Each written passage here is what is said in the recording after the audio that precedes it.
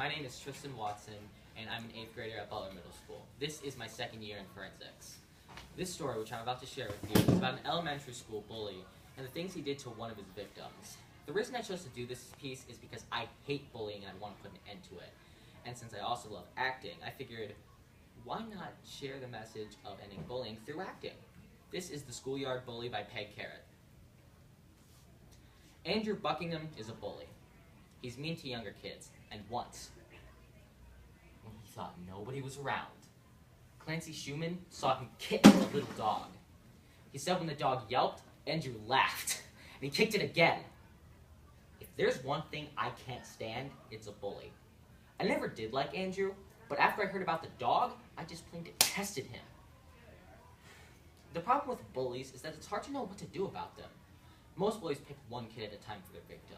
Usually it's a kid who's small for their age or is somehow different than the other kids. Then the bully hassles that one kid mercilessly. That's what Andrew did to Clancy. And I don't know if it was because Andrew found out that Clancy saw him kick the dog and he blabbed it all over school, or if he was already picking on him when the dog incident happened. Day after day, Andrew would go up to Clancy on the schoolyard and insult him. If Clancy talked back, Andrew punched him. If Clancy ignored the results, Andrew called him a chicken. Either way, he couldn't win. It got to that he made up excuses not to go outside during recess because he knew Andrew would be waiting for him the minute he left the building. The rest of us watched these proceedings nervously. We all felt sorry for Clancy, but we also knew that the next person to intervene would be the next victim. Nobody was eager to claim that honor. Why didn't Clancy tell a teacher? I guess he thought it would be better to get beaten around by Andrew than to be known as a tattletale. At our school, tattling was a sin even worse than bullying. Then one day, Clancy fought back. I don't know why that particular day was any different than all the other days beforehand, but during afternoon recess, Clancy was shooting baskets when Andrew walked up to him and said he wanted to use the ball. Clancy kept on dribbling. "Didn't you hear me, turkey?" Andrew said. "I said it's my turn, so hand over the basketball." The minute Andrew raised his voice, a crowd gathered. We all stood in a semicircle around the side of the court waiting to see what would happen. Clancy started dribbling again, lifted his arms, and aimed the ball for the basket. It hit the rim and it bounced away.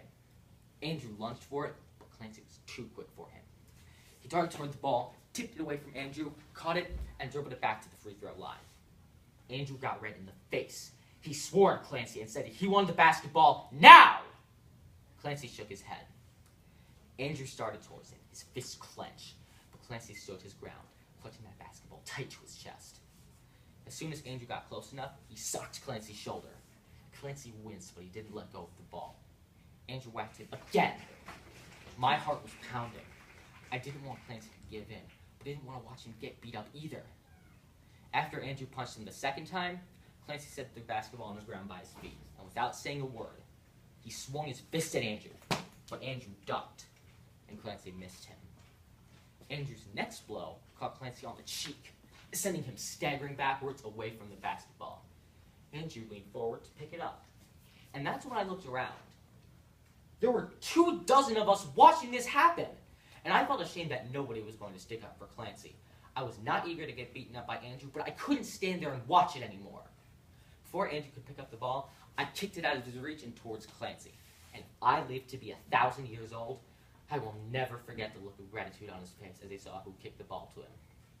I didn't have long to enjoy that look, though, because Andrew had started towards me, and I could practically see the smoke coming out of his ears. "So, you won in the game, huh, twerp?" Andrew growled. I stood next to Clancy, my knees shaking. "Clancy had the ball," I said. "You have no right to take it away from him." I braced myself for the blows that I was sure were coming. But then something truly extraordinary happened. 2 older kids stepped forward, one standing on each side of me, and they told Andrew that I was right. It was Clancy's ball. And as soon as they did that, the rest of the crowd surged forward.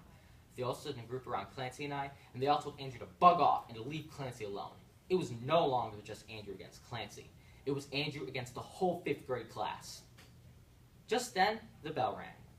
Recess was over, and it was time to go back inside. I felt so relieved to sit at my desk. I was sure that I was going to get punched to a pulp and left to die at the basketball court. Our collective triumph over Andrew exhilarated me, but I kept wondering, why didn't we stick up to Clancy sooner? If we'd all stood up to him the first time Andrew started picking on him, the whole SARS situation never would have happened. All it takes is one sign of unity to stop a bully. So why didn't one of us suggest to the others that we put an end to the whole thing? Why did we let Andrew pick on Clancy all those months? I have no answers.